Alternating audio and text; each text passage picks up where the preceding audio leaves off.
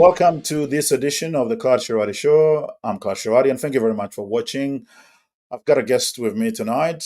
His name is Abimbola Odetayo. Abimbola, how are you today? I'm doing well, Clyde. How are you? I'm doing well. Thank you very much for making time to speak to us. Tonight we're Yes, going to thank talk you a little. for inviting me. No It's been problem. a long time coming, hasn't it?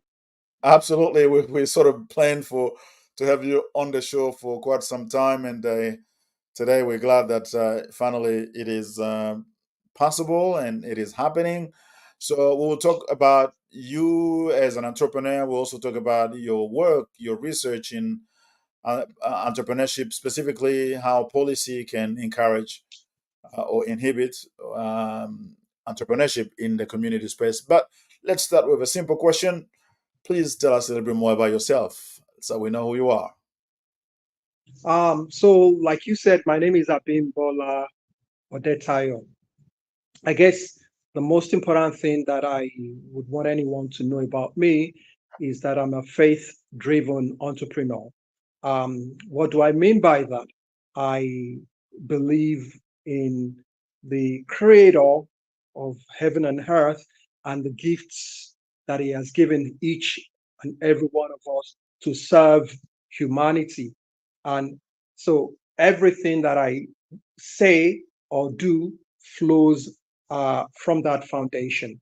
Um, the worldview, the Christian worldview, the worldview that God is the creator, uh, the values of Christianity in terms of kindness, love, um, are the things that drive me uh, for in whatever I do, even as in business or in entrepreneurship. Okay.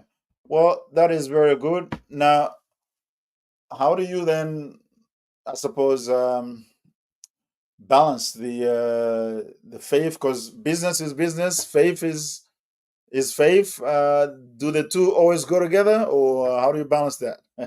Okay, thank you. Good question. See, and that's the thing. When people talk business, they think uh, business is business and that business is about money. But business, the way I see it, is about solving problems for humanity, solving problems for people. Business provides all kinds of solutions in different industries, in different sectors, whether it's feeding people or whether it's in health or helping people to transact business. Business pervades all facets of humanity. Now, people who would think that business is business and then faith is faith are more likely to be people who, rather than focus on value, rather than focus on what business offers, what they're focused on is making money from business. Now, don't get me wrong, there's nothing wrong with making money, but I always, when I think of business, philosophically, I think of the old time cobbler in the corner of the street. They serve people, the community knows them, but they're not greedy. They deliver value, they deliver solutions for people.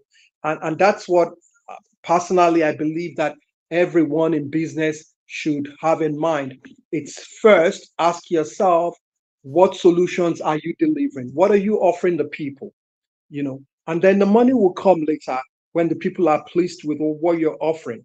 But it's not about you go in business because, oh, Mr. X is making a lot of money or Miss Y is smiling to the bank, and that's the reason why you want to go into business. I think that's a wrong reason. Absolutely. So I suppose we're saying that business is about offering solutions, and if you're really serious about that, and that is the primary driver in getting into a business, it shouldn't conflict with faith in a sense that faith also is founded on making yourself valuable to humanity, and those two things can go Correct, together. correct. But I suppose just staying on that. I tend to hear from the Christian perspective, at least, that money is the root of all evil, or the love of money is the root of all evil. And when you go into business, there's money focus, which tends to, I suppose, push away that faith aspect. Do you think that is just a result of people not really understanding things properly, or there is, some, potential difficulty or tension in between these two things? Yeah, look, you're correct that the Bible says that the love of money is the root of all evil. It's not the money in itself. Hmm. You'd recall an encounter between some tax collectors and the Lord Himself, Jesus Christ, when they came to Him and they said, "Oh, look, you need to pay your taxes."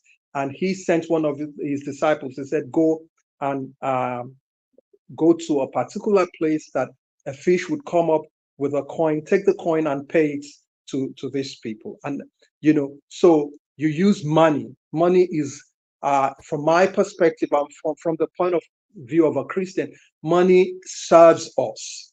We don't serve money.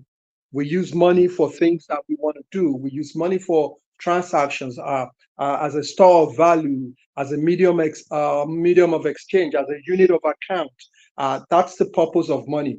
Money should not be what you wake and sleep and worry your life about. Well, except that we live in a capitalistic society where you've got to have the money to live, and if you don't have it, then you're in a whole lot of trouble. And that creates, I suppose, some sort of culture where people tend to put money before everything else, and that becomes a problem for those You who see, actually again, have that. it's a philosophical problem. The fact that we live in a capitalist society does not mean, uh, whether it's capitalist society or socialist society or whatever society you have, money is being exchanged. So I think, again, it's a matter of personal philosophy, that you need to ask yourself the question: what role does money play in your life? Do you serve money, or does money serve you? I think that's what people need to consider. Are you serving money, or is money serving you? All right, that's good. Now, let's talk about entrepreneurship within the broader African Australian community. You are an African Australian person from a Nigerian background. You've lived in Australia for many years. How do you see entrepreneurship within the African community as a whole? Um, Look, you'd agree with me that uh, the emergence of the African community in Australia is much more a recent phenomenon compared to other communities that have been around and very well established for quite a while. Um, and so that has import on um, the organization of entrepreneurship uh, Mhm. within the African community. There are you've got to look at a lot of things. You've got to look at um, the things that help people uh, settle um, before you even begin to talk about entrepreneurship. So if you look at the broader community, um, you look at the early arrivals, you look at the Italian community, the Greek community, you look at the mainstream, and even other communities such as the Chinese, the Indians.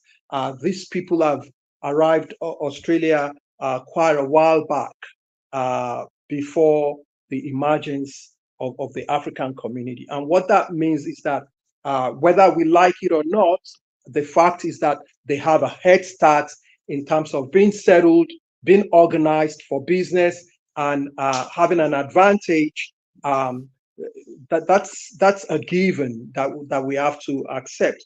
But having said that, we also have to see the opportunities um, within that presents itself to the African community. I think it's a very exciting time that the African community are arriving.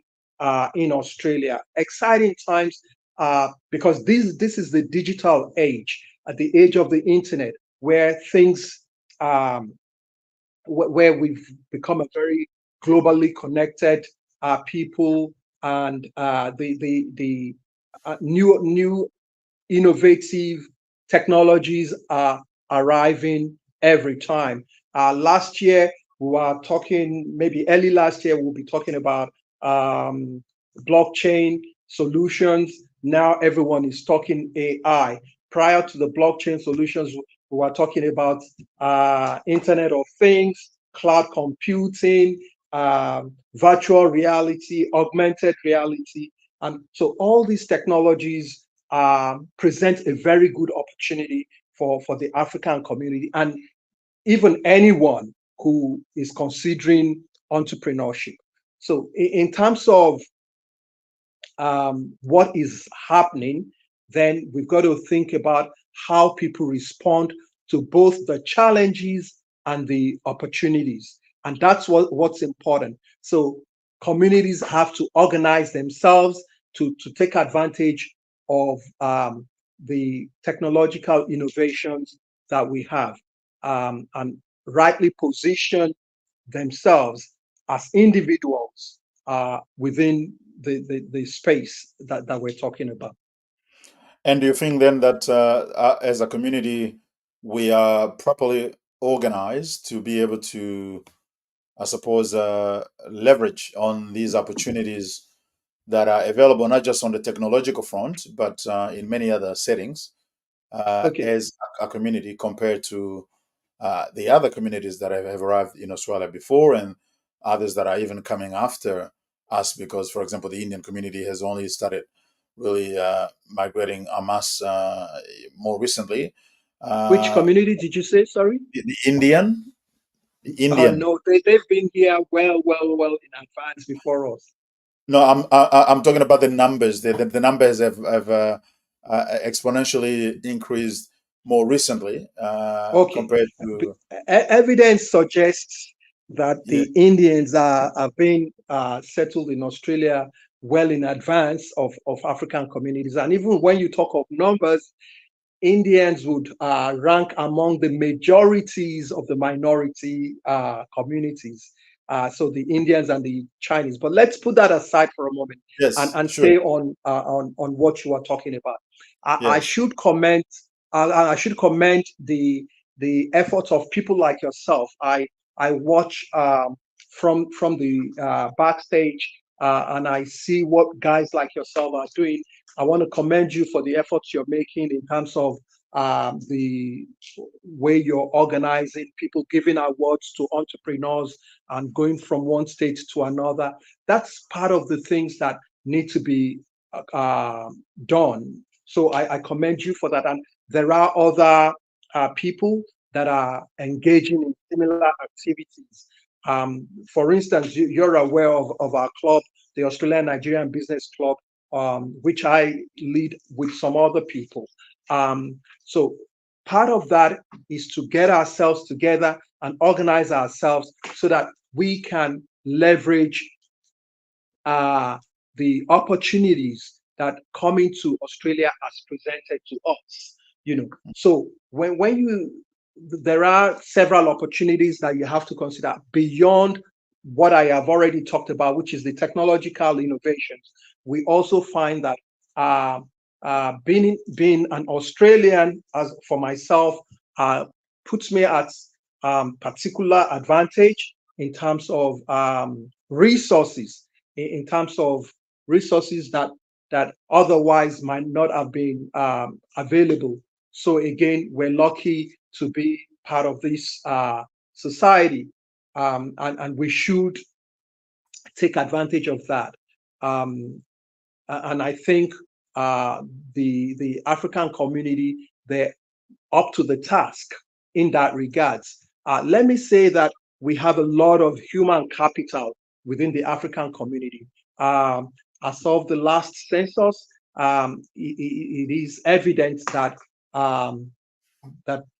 West Africans really are among the most educated in Australia. In fact, they are more that they have higher than average education, you know. So Hmm. and so when you talk of human capital, human skills, we're well positioned, we're well resourced in that regards. Again, other things that we may want to consider, uh, there are some requirements for entrepreneurship that we consider, and you now have to do an analysis and try to find which ones are we well positioned on and which ones do we need to address. So this may not be the place for to break everything down, but that's important. It's important to do that, to know what's important, whether it's idea generation, whether it's iteration or commercialization, uh, and all of these steps in the Yeah. value chain of delivering service or products. You need to know, where do we have an advantage, where do we have some shortcomings, and what needs to be done to leverage um, the opportunities that we have and address the challenges that may present itself. Okay, we're going to take a little break. And when we come back, we're going to go into the research that you've been doing to see basically how policy affects entrepreneurship within, I suppose, the mainstream society and the multicultural communities. And that will be just in a moment, straight after this.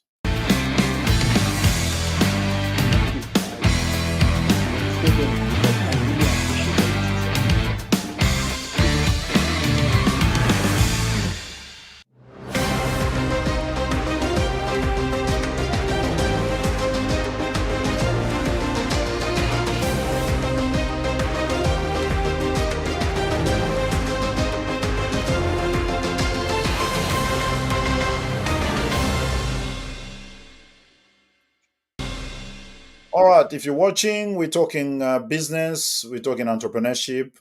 We were just earlier discussing the link between faith and business, and I'm doing that with ABIMBOLA, who is an entrepreneur from a Nigerian background, who is working to try to research how policy affects entrepreneurship. ABIMBOLA, let's look into that. Now, you are doing this research. Give us a little bit of an understanding of exactly what you are researching.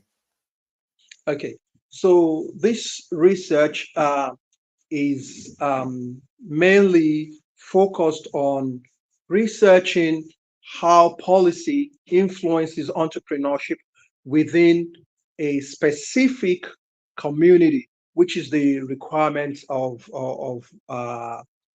what I'm doing. So the community in question uh, relates to Melbourneians who originate from West Africa, Hmm. mainly because by the nature of the research, it's hard to be specific. So, Yes. but look, I'm sure you know that in characterizing uh, the participants, they will have similar or shared character with some other communities within Melbourne or even Australia in general. So that's the way that um, that is.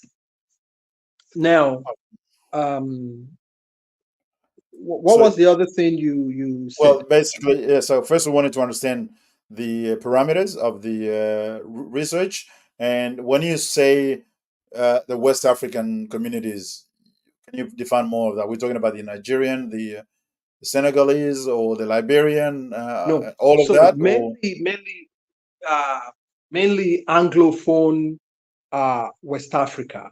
because as you may find out, majority of the people who migrate to Australia,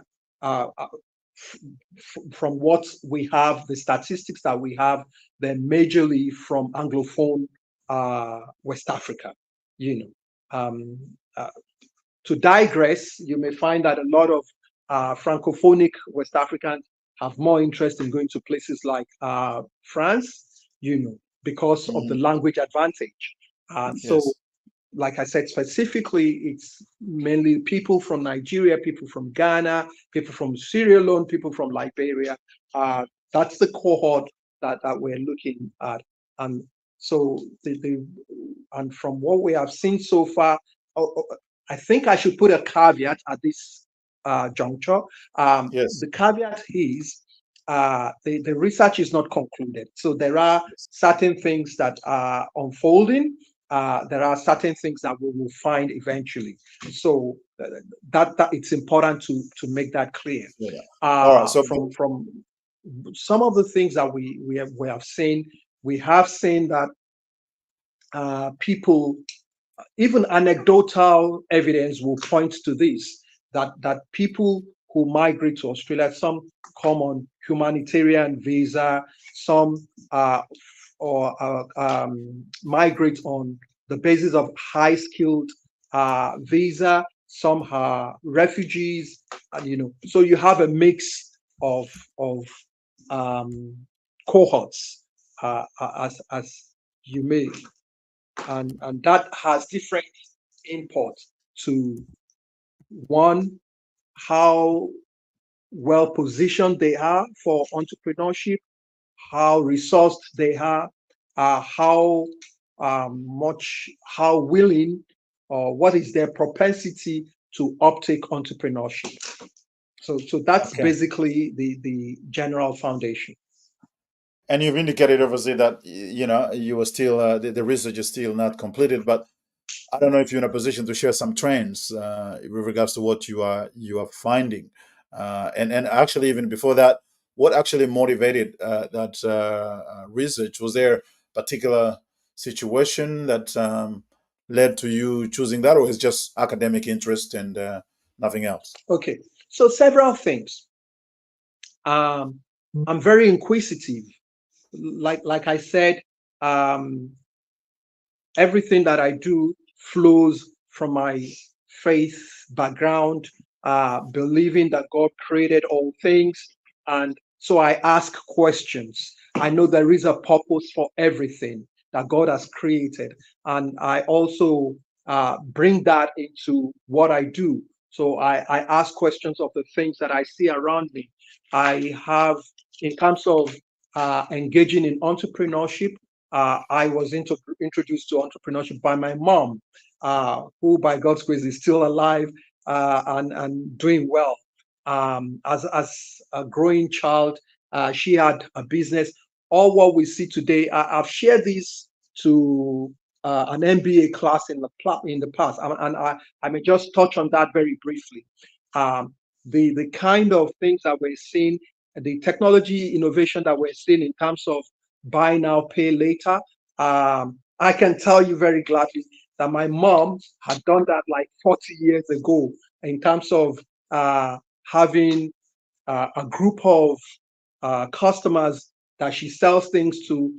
So she leaves her wealth with them, and she comes back to them when they paid their salaries, and that's when she gets her money. So the main difference between what she did then and what the buy now pay laters of today are doing is the digital innovation.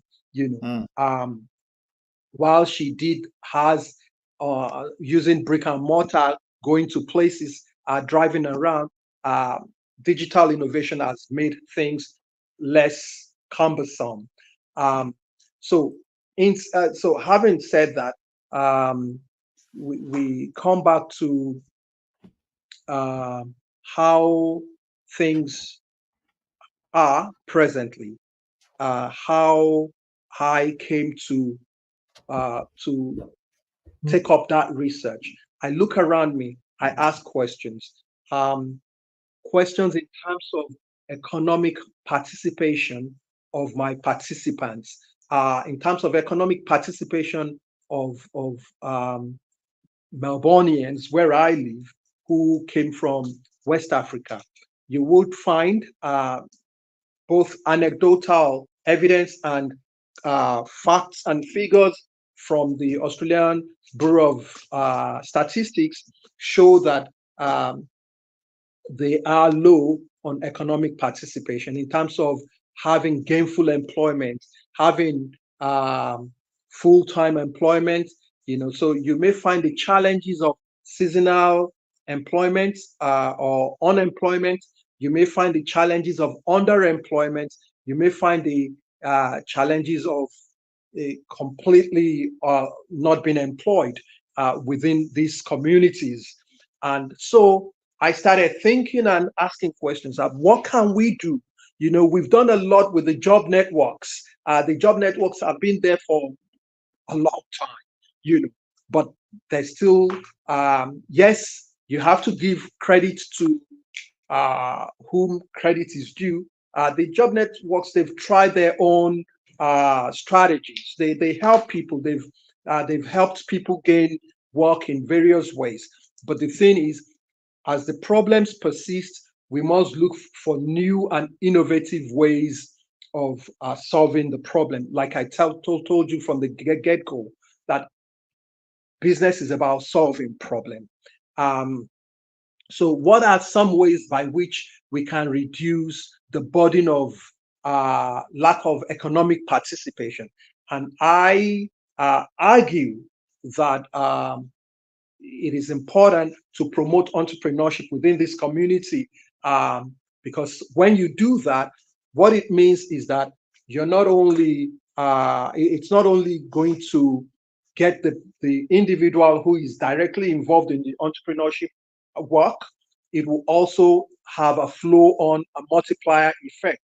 There will be other people that can be employed by these principles. And that's why I thought it would be a good thing to look more into this phenomenon and try and unravel various things, which, like I said, are still unfolding. Audio. Audio. Yeah, I had a little bit of an issue with my technical stuff Okay. there. Now, did you find out whether uh, there is any policy really that sort of targets this specific cohort that you are studying, or you are just looking at whatever policy that has been around, how it affects this specific group of the population? Okay. So again, I will say that the findings are still unfolding. So Yeah. what we know. So to borrow the concept from Rumsfeld, who was the one of the ADs Bush of George administration. Bush. Yes. Yeah, there are Yes. known knowns. Yes. There are things we know. There are known unknowns, Mm-hmm. and there are unknown unknowns.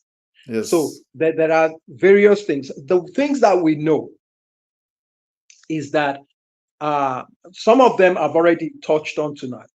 Is that we're in a lucky country Mm-hmm. that gives a very good environment for business. So we have access to broadband internet on season.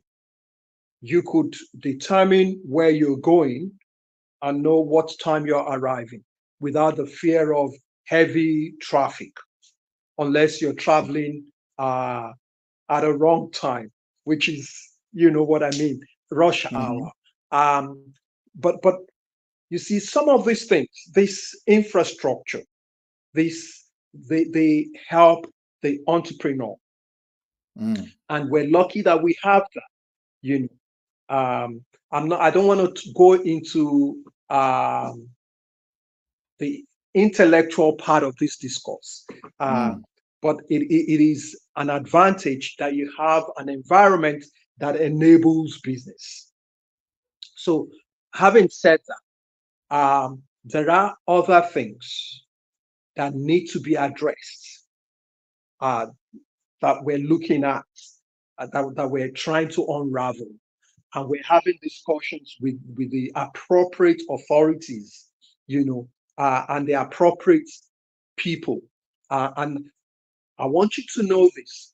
There is a path for uh, both sides of the divide in terms of whether you're talking in terms of the authorities or you're talking in terms of individual entrepreneurs. You know, there is uh, there are actions that both sides of the divide need to take to achieve the optimal results in terms of developing entrepreneurship within minority communities.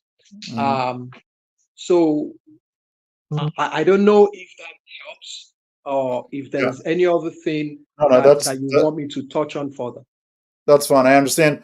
I suppose in this area, when you're talking about policy, you're already talking about at least some level of governmental intervention to encourage particular things. And then in that, you're also talking about how the community that you are dealing with, uh, how it is led, sort of the community leadership in terms of helping individuals within that community to achieve any number of things. And then you're talking about the individuals themselves in that Correct, community. correct, Um, correct. so So, yeah, break it down a little bit about how, based on what you've been researching, what we can sort of learn, even though obviously, as I understand, things are not concluded yet, but some of the things that we may need to understand with regards to the role of the government, the role of the leadership in the community, and individual responsibility. okay. So, in terms of the role of the government, one, I've talked about the enabling environment, enabling entrepreneurship environment that the infrastructure provides. Now, there is something that is ongoing in Victoria, for instance, which I have followed from the inception. You would know about Launchpad. I think that was a tremendous move on the part of the Victorian government. I think it was a very, very commendable thing to be done.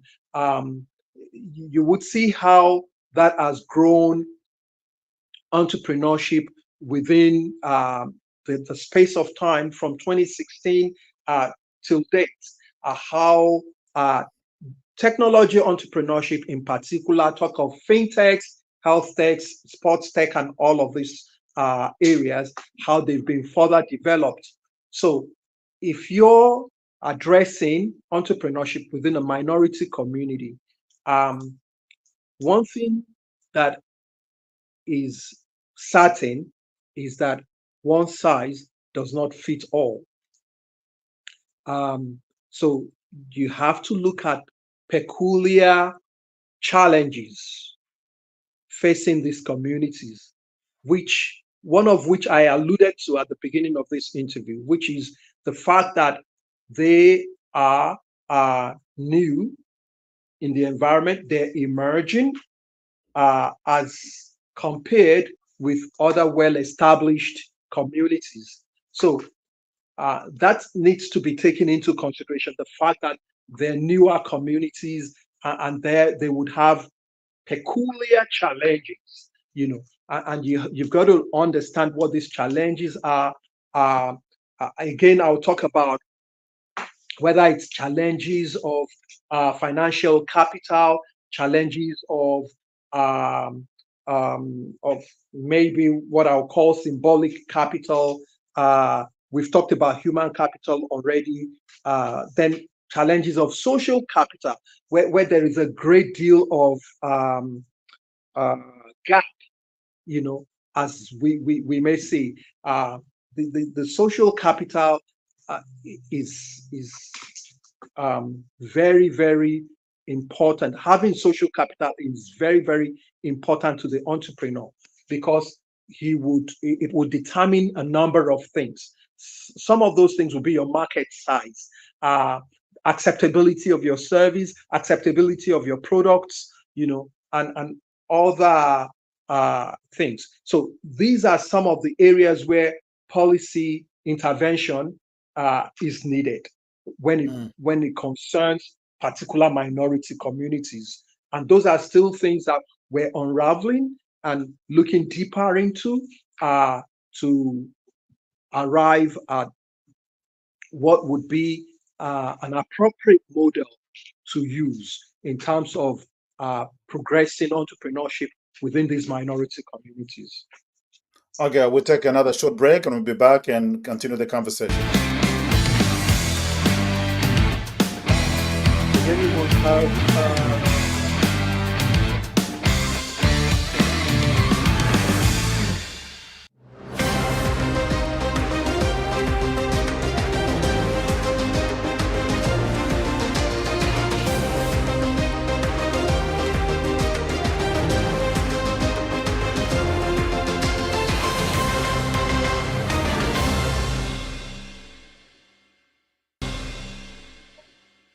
All right, Abimbola, before we finish, sorry, we the volume, please. sorry, yeah, we're going to be finishing soon, but just before we do, I want you to walk us through the sort of things that individuals in the communities that you are researching, as well as the leadership. You can hear me? Yes, I can hear you now. Okay. Sorry. Yeah. So let's look at quickly at you've talked about the government, and then we previously indicated there was the government level, community leadership level, and individual level. At the government level, you've indicated that there are some sort of projects that are have been put together. LaunchVic is one of those platforms that has been helping to encourage and facilitate entrepreneurship broadly on the technical, on the tech industry side of things. Now, do you have a sense that the community leadership, let's say in the groups that you are researching, is aware of what the government is doing in that space, and then therefore trying to work with the government and be sort of a middle man between the government and individual sort of interest within the community that they represent? Is there any leadership at that level, at the community level, before we talk about the individual? Okay, so what again, I spoke about the known knowns, the known Yes. unknowns, and stuff like that. Now, Yes. one thing we know is that the community leaders are very much involved in the lives of their community within the African community in general. Mm-hmm. They're involved because they are elected representatives of their various communities. They liaise with government on various matters and at various levels. The government has been very magnanimous, I would say, in using some of these community leaders, especially in the social space, in terms of engendering social cohesion, in terms of facilitating events and things like that. So, of a certainty, we know that the communities, the government working through the community leaders, have touched on some aspects of the lives of new and emerging communities. If this is the case with entrepreneurship, or in the area of entrepreneurship, is still what we're trying to unravel. We're trying to find out more.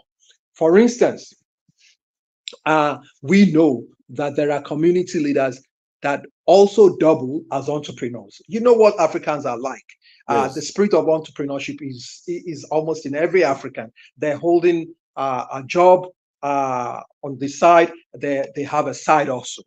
You know what I mean. So aside from their role as community leaders, we have some of them who are also entrepreneurs, and these ones you would expect that they will key in to entrepreneurship and entrepreneurship programs more than the non-entrepreneurs among them. But Yes. at the same time, if there is going to be anything communicated to members of the community, if there is going to be anything done within the communities, usually, because I work with a lot of community leaders, usually they know first. Mm. Usually they're the first to know, they're the first to talk about these things amongst themselves and then to their various communities. So if you look at the value chain of programs or policies, such as the conception of the policy, the design of the policy program, the communication of the policy program, the implementation, the evaluation, the redesign of the policy program, all these things at all these levels, they involve community leaders first.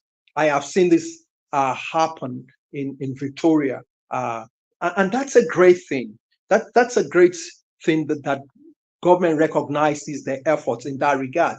But we want to now leverage on that established connection and, and and then use it for entrepreneurship. We Mm. want to see how we want to unravel how that can the communication, the interaction between government and the community leaders. How does that now play when it comes to entrepreneurship? That's what we one of the things that we're investigating. Okay.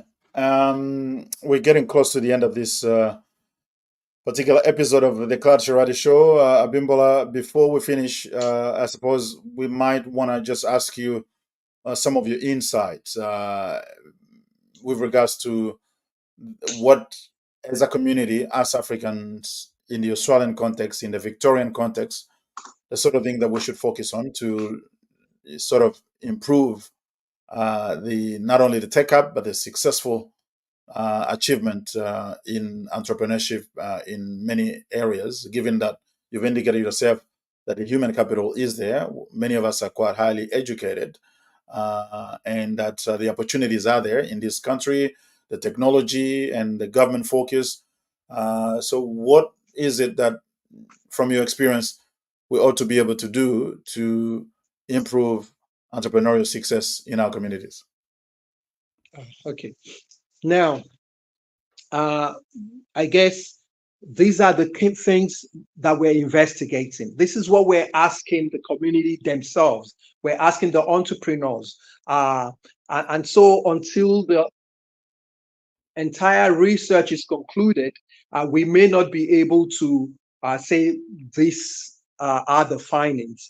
But let me just say what anecdotal evidence suggests.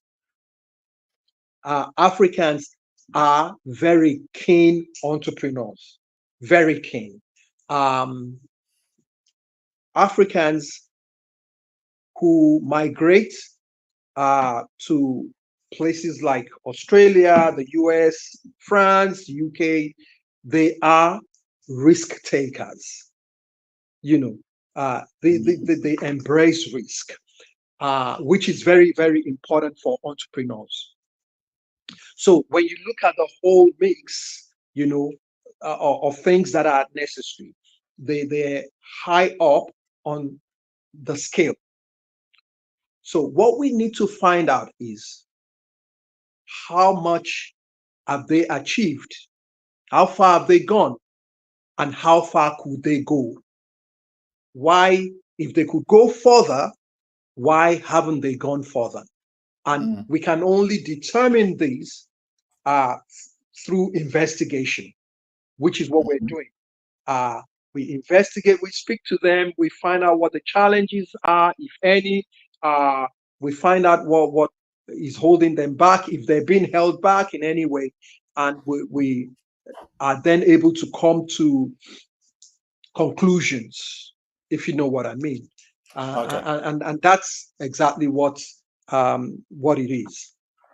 All right. Well, I suppose when your research is done and the findings are published, we would want to have another chat to talk about what they are, and that will be very interesting because it is obviously important that we understand what is it that needs to be improved in relation to what the government does, what the community leaders do, and what each individual within not just the West African community that you are researching about, but the broader African Australian community in terms of elevating ourselves on the social economic ladder. Because as I often say, that many of us tend to rank quite lower on the socio-economic ladder, but we have the spirit of entrepreneurship within us. It's just a matter of trying to find how we can develop that in the best possible way, so that we actually create businesses,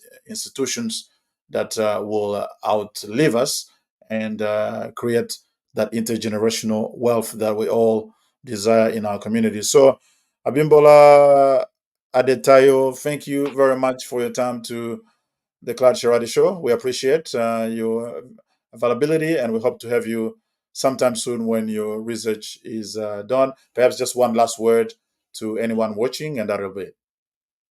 Oh, look, it's been my pleasure showing up after all this time, and I hope I've been able to, uh, you know, give some insight into the subject of the day.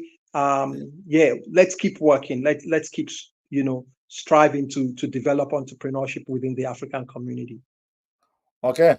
Well, that's all, folks. Thank you for your time. And as usual, we ask you to share the video, comment, like, and if you also have something important that you would like to be able to share on our platform, do not hesitate to contact us. We are here just for that. Until next time, stay blessed and stay connected. Thank you. Bye.